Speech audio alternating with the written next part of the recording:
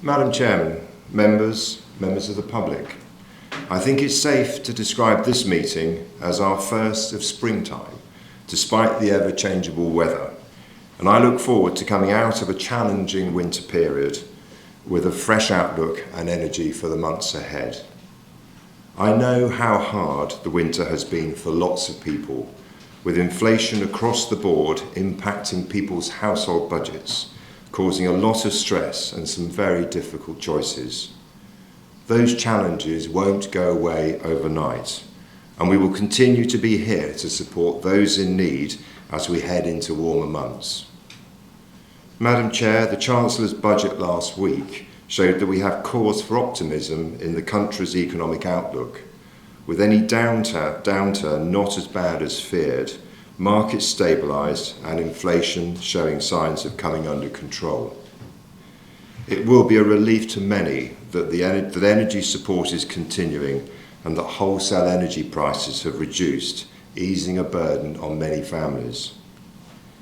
Here in Surrey and across local governments, we welcome more money for potholes and an expansion of free childcare, as well as the anticipated transfer of local enterprise partnership responsibilities to councils. This will further empower our local economic strategy as we push ahead alongside Surrey businesses and education providers in developing the skills and workforce for the future. It is clear that this government has recognised the importance of strong local government and will continue to work with them to bring benefits to the wider sector, but most importantly to the County of Surrey. Madam Chair, members, as I regularly point out, this council is an ambitious one. We have clear priorities and challenge ourselves all of the time to be better. We have a vision and guiding principles, and we have developed the right culture to help us get there. However, I know that talk is cheap. I can stand here and say what we want to do, we want to do this, or we have a strategy to achieve that. But what matters is what we deliver out in our communities. What we are actually doing, or have been doing, over the last few years to improve the lives of people in Surrey. How exactly this council is making Surrey a better place. Well, members, we are delivering, and we should be proud of what we've delivered. Just this month, plans for a brand new school for children with additional needs and disabilities in Dorking received planning permission. And the Department for Education have agreed to fund another specialist free school in the north of Surrey. These will be excellent modern buildings with first-class facilities to give young people a great start in life. There is another huge boost for parents, alongside the 700 additional school places for children with additional needs that we've already delivered over the last 3 years. With 200 more places available this September, this huge increase in provision tackles a very real problem of children with additional needs, often having to travel far outside their own communities to school. Our action and delivery on this issue is helping those often vulnerable children go to school much closer to their homes, improving their well-being, life chances, and lives of their parents. We're also delivering real-life improvements for adults with additional and complex needs and those growing old in need of extra support. We're building new, modern, state-of-the-art accommodation here in Surrey. We're transforming how care is delivered, focusing on what each person really needs, where their strengths lie, and how we can keep people active in their community for as long as possible, rather than the traditional residential care home model. 725 new extra care homes, brilliant places specifically designed to help older people to live independently with their own front door in the community with companionship and support. And an increase in supported independent living accommodation for adults with learning difficulties and those with mental health needs. Again, modern places for people to live with the right level of support to boost independence and improve the quality of life and life chances for some of our most vulnerable residents. This is hugely important. This council is investing in improving people's lives, people who need us most. The biggest part of our budget is spent on adult social care. It's not something that all residents will see, and many even will be unaware that the local council is responsible for this type of care. But addressing health inequalities requires a genuine partnership approach. We continue to work closely with Surrey Heartlands and Frimley ICSs, as well as the voluntary community sector and social enterprise sector, to find better ways of delivering improved health outcomes for our residents. And I particularly look forward to the publication of the Hewitt Review in the next couple of weeks, when I'm confident that the recommendations will accelerate the focus on that partnership working. But we're also serious about using all the technology, innovation and expertise available in this area to deliver the best possible care when people need it. This innovation and forward thinking is essential if we're to make sure Surrey is a place fit for the future. Soon we'll announce a nationally leading rollout of electric vehicle infrastructure with the UK's single biggest contract for EV charge points. Thousands of new charge points for Surrey residents to enable an electric vehicle revolution starting here in this great county. Our ambitious move in this area demonstrates both our commitment to a greener future and also our understanding of the barriers residents face when wanting to do their bit for the environment. Well, this council is removing those barriers in a very real way. Surrey will be the place to switch to electric. Further evidence of our commitment to rethinking transport and actually helping residents to change the way they travel is our on-demand bus service. Again, this council has delivered a pioneering service that is benefiting residents in their everyday lives and helping tackle the climate emergency. You only have to read that great local media outlet, the Surrey Live website, to see the impact of our electric accessible Mole Valley Connect service. As they put it, a lifesaver on-demand bus service is taking passengers door to door for shopping, medical appointments, language classes and more. Madam Chair, this is what local government should be all about. Real, useful solutions to improve people's lives and deliver long-lasting positive change. Thousands of journeys across one district, reducing car use, connecting communities, helping people socialise and access services, cleaning up our air and saving the planet. I'm confident all members here will echo the thoughts of residents Beryl and Alison Wood, who described the service as simply wonderful. We're rapidly expanding the bus service across the whole of Mole Valley and into Waverley and Guildford, and I'm determined that we will roll this service out even further over the next 12 months across Surrey. More delivery, more lives improved, more cars off our roads.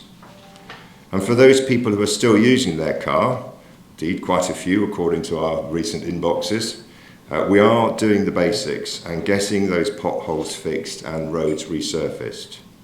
A continual and never-ending challenge with utility companies constantly working on our highways.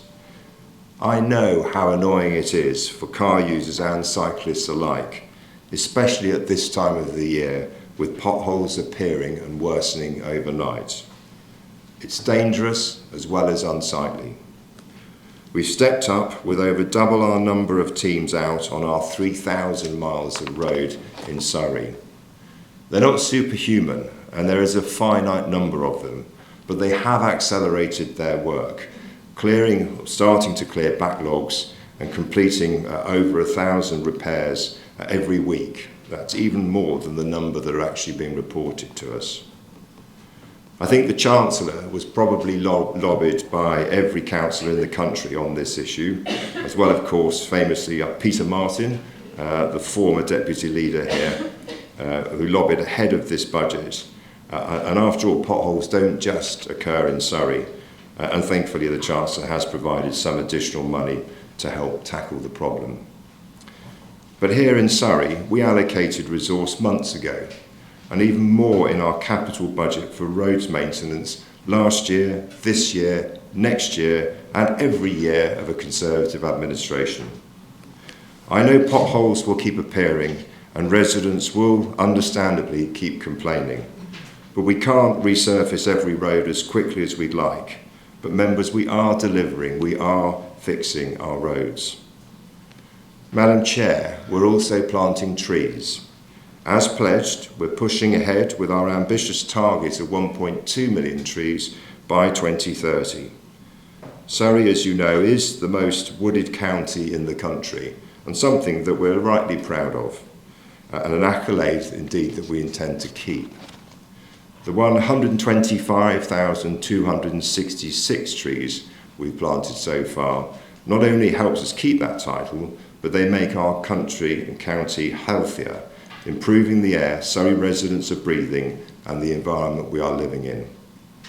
This tree planting is accelerating further and faster, even doing our bit here at Woodhatch. Something else that residents will start to notice over the coming months is our rewilding project for roadside verges and roundabouts across the county, now that we manage these spaces directly. More wildflowers, more insects, improving biodiversity and absorbing more carbon from the air. This council is making Surrey a better and greener place. One project that probably encapsulates the level of our ambition best is Your Fund Surrey, delivery of grant funding directly to communities.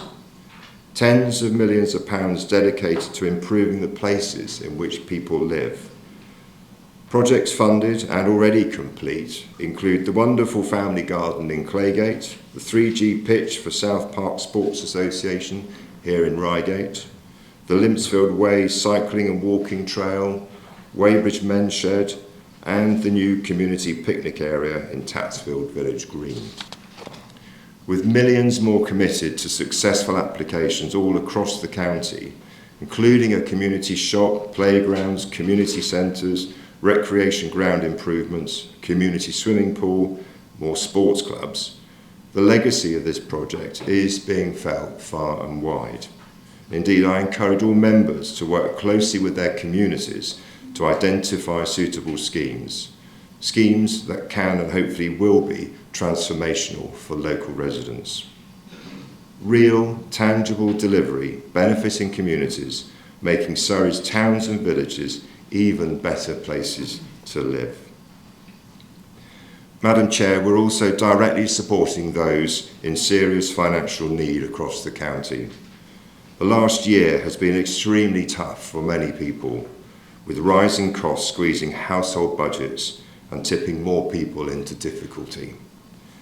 Councils are here in many ways to redistribute wealth, using council tax to deliver services that prioritise those most in need.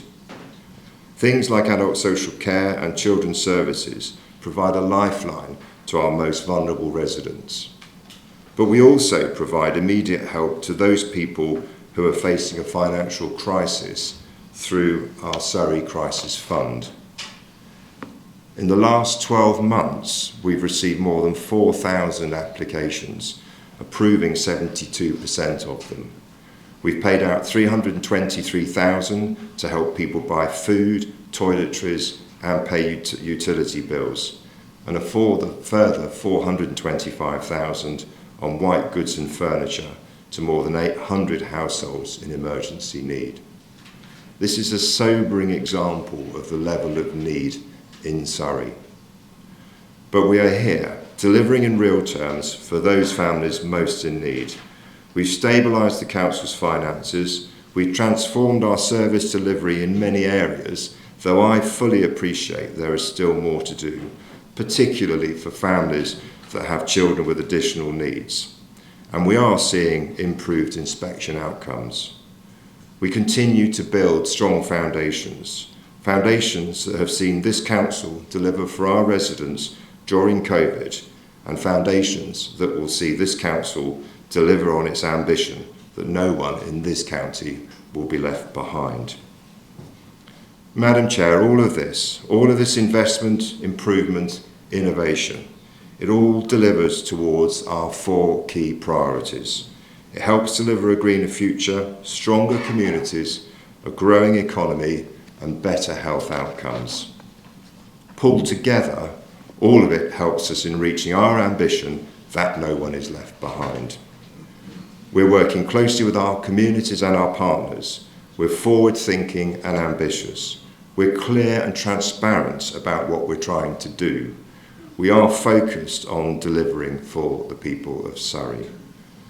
Madam Chair, when things go wrong, we'll fix them. When things could be done better, we'll do it. We'll keep at it. We'll keep improving. We'll keep delivering. Because this council's leadership and this council's workforce are committed to making Surrey a better place. Thank you.